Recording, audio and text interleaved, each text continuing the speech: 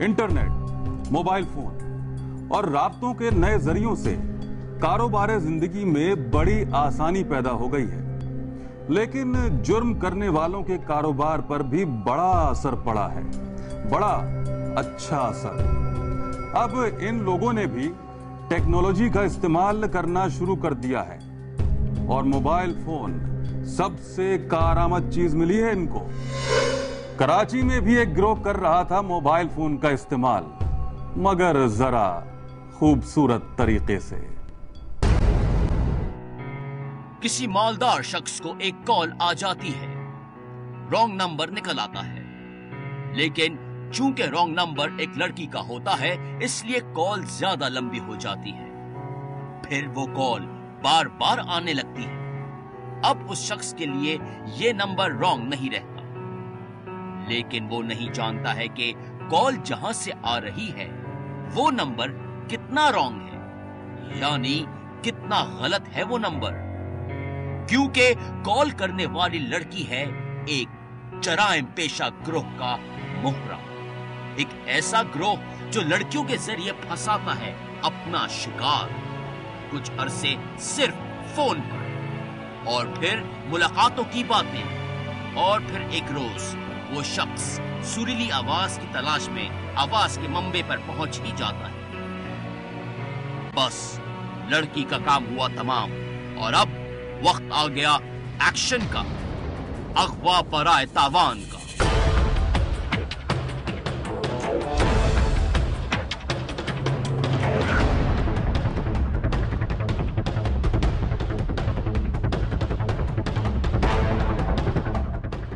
और ऐसे अगवा हो जाते हैं हमेशा आसानी से, क्योंकि ये मुलाकातें अक्सर सुनसान जगहों पर होती हैं। 24 अप्रैल को कराची के इलाके अबुल हसन इस्फहानी रोड से एक निजी कंपनी के डायरेक्टर तनवीर को इसी तरीके से अगवा कर लिया गया।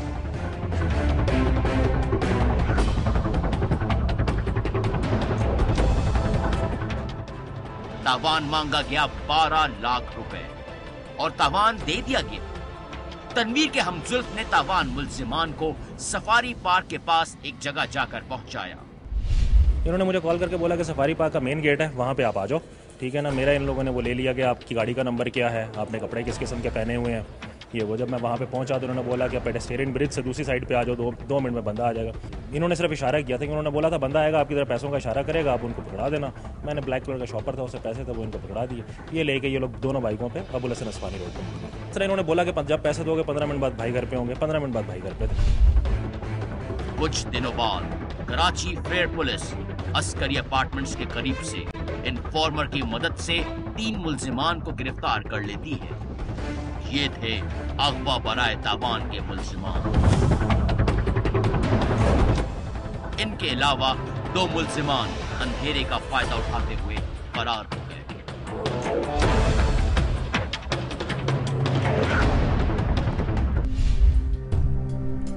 कुछ अगवाकार पकड़े जा चुके थे, अब होनी थी शनाख्त परेड।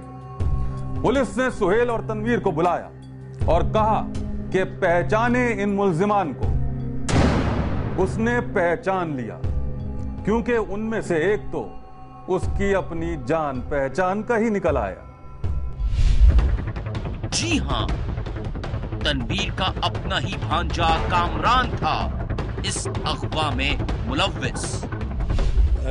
बेसिकली वो बोलते हैं ना, अपना ही खून गंदा है, तो अपना ही रिश्तेदार था बीच में, यानी जिनको किडनैप किया उनका भांजा था, सगा भांजा। दरअसल कामरान था एक जराइम पेशा शख्स जो पहले ही जेल की हवा खा चुका था और वो खानदान में इतना बदनाम था कि उसका रिश्तेदारों में दाखिला तक मना था।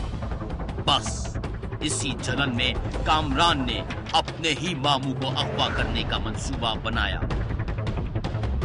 सुहेल के मुताबिक उन्हें शक था कि हो सकता है कि कामरान का हाथ हो इस अगवा के पीछे, और फिर यकीन हो गया जब सुहेल ने शनाख्त परेड में तीनों को पहचान लिया।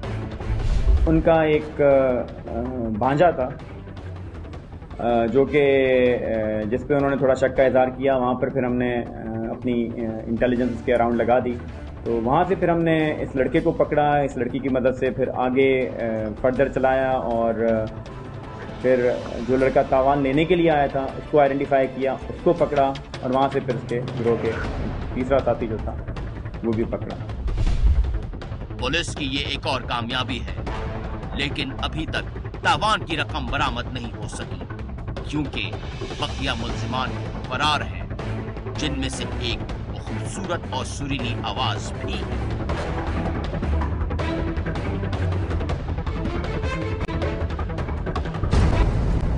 एक नौजवान काफी कोशिश के बावजूद सीए के इम्तिहान में कामयाब नहीं हो पा रहा था। वो थक चुका था, लेकिन थकन की वजह मेहनत नहीं बल्कि घर वालों के ताने थे।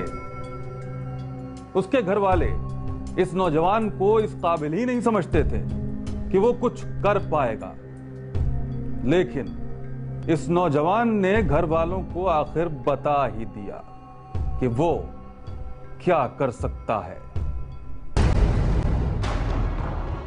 यह है एक पढ़ा लिखा नौजवान जो दे रहा था चार्टर्ड अकाउंटेंट का इम्तिहान, लेकिन पुलिस की तहवील में एक पढ़े लिखे नौजवान को देखकर ताज्जुब हो रहा होगा, मगर यह ताज्जुब एक धमाके में बदल जाएगा जब आपको पता चलेगा कि इसने कौन सा जुर्म किया है। इसने कर दिया है अपने ही माँ बाप और भाई का कत्ल। जी हाँ, कर दिया है इसने हथौड़े से अपने बाप, फिर माँ और फिर भाई का कत्ल।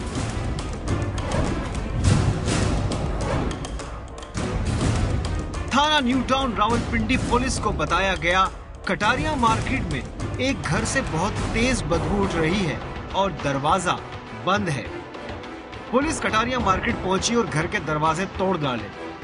दरवाजा खुलना था कि पूरे इलाके में वो नाकाबिले बर्दाश्त बू फैल गई। पुलिस को समझ आ चुकी थी कि ये बदबू क्यों हो सकती है।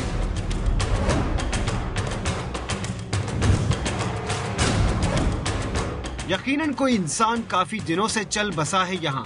जब वो घर में दाखिल हुए तो एक नहीं 3 जिस्म मुर्दा हालत में मौजूद थे वहाँ। एक औरत और 2 मर्द, तीनों को कत्ल किया गया था और ये लग रहा था कि वाक़ये को कम से कम 3 दिन तो जरूर हो चुके हैं। मगर एक और चीज भी थी जो पुलिस एहलकारों के भी पैरों के नीचे से जमीन सिरका गई। इस ताफनज़दा माहौल में एक जिंदा शख्स भी मौजूद था और यही था वो शख्स, ये पढ़ा लिखा नौजवान। इसी ने इन तीनों को कत्ल किया था।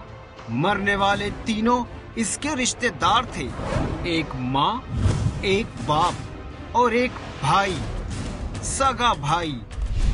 तीनों के सर पे वार किए और इस जोर से वार किए कि उनकी खोपड़ी अंदर तक चली गई हथौड़ी, उससे उनकी डेथ हो गई।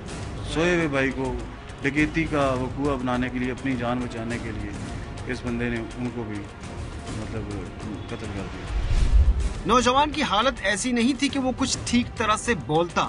वो अपना जहनी तवाज़ुन खो चुका था, पागल हो चुका था। वकूए की जगह मौजूद उसके मामू ने बताया कि ये इसका भांजा है और मरने वाले इसके माँ बाप और भाई हैं।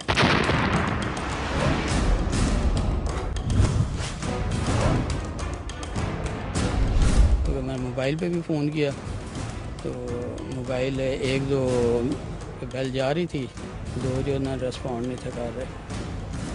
तो फिर मुझे डाउट हुआ, फिर मैं नीचे वालों से पूछा तो उन्होंने कहा जी ये 2 दिन से नीचे भी नहीं आए और पानी वाली मोटर भी नहीं चली। 1122 को कॉल किया और उसे पुलिस ने इन्फॉर्म किया। ताला खोला तो फिर वो अंदर वो हमारा भांजा ही था। पुलिस जब गिरफ्तार करके इस नौजवान को थाने ले गई तो इसको फिर दौड़ा पड़ा और मुलजिम ने थाने में हंगामा कर दिया। थाने में तोड़ फोड़ शुरू कर दी। बड़ी मुश्किल से इसे काबू किया गया। असल में ये 3 दिन जो है वहीं पे रहा अंदर पहले, क्योंकि अंदर स्मेल भी आ रही थी और इस पे जनूनी कैफियत सी तारी थी। तो जिस तरह वासबाख्ता इंसान होता है इस तरह करके जनूनी टाइप, मतलब नीम पागल टाइप कह सकते हैं। इसकी ये कैफियत थी और इसने काफ़ी मज़ामत भी की, तो बड़ी मुश्किल से इसको कंट्रोल किया।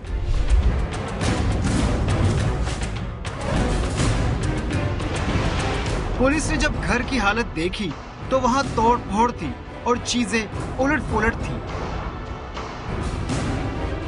लेकिन ऐसा नहीं लग रहा था कि कोई कीमती चीज गायब हो।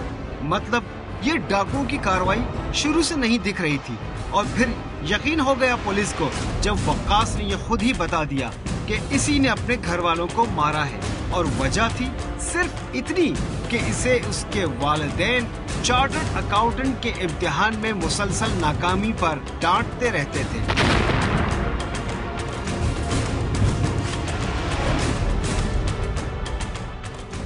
चूँकि वालिदैन मुझे पिछले 3 साल से मुसलसल सीए फाउंडेशन में था, फेल हो रहा था, किसी न किसी सब्जेक्ट में फेल हो जाता, बार बार फेल हो रहा था। तो सारी फैमिली पढ़ी लिखी थी, उन्होंने जो है मुझे ताने मारते थे। छोटा भाई बीएससी का स्टूडेंट था, बड़ा ब्रिलियंट था वो भी।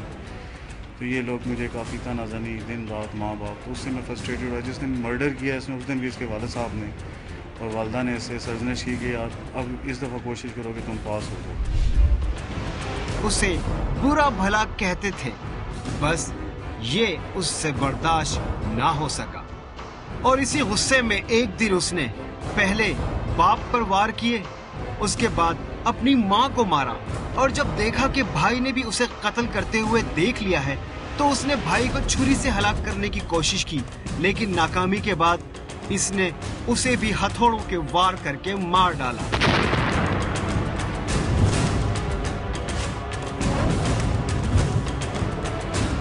अब 25 साल वक्कास अपने किए पर पछता रहा है, लेकिन अब तो सब कुछ खत्म हो चुका। एक पूरा खानदान सफाई हस्ती से मिट गया, बल्कि अपने ही हाथों मिटा दिया गया। और वजह सिर्फ गुस्सा और शायद कुछ कसूर वालिदैन का अपना भी, जिन्होंने जवान बेटे को ठीक से हैंडल नहीं किया। ये था आज का रोजनामचा। कैसे कैसे जराइम इस दुनिया में हमारे आसपास हो रहे हैं, आपको अच्छी तरह अंदाजा हुआ होगा। अगले हफ्ते का रोजनामचा देखना ना भूलिएगा, क्योंकि कोई नहीं जानता कि कौन सी कहानी किस तरह आपसे ताल्लुक रखती हो। बिल्कुल ऐसे ही जैसे प्रोग्राम देखने के बाद लोगों ने अपने कागजात के लिए हमें कॉल किया।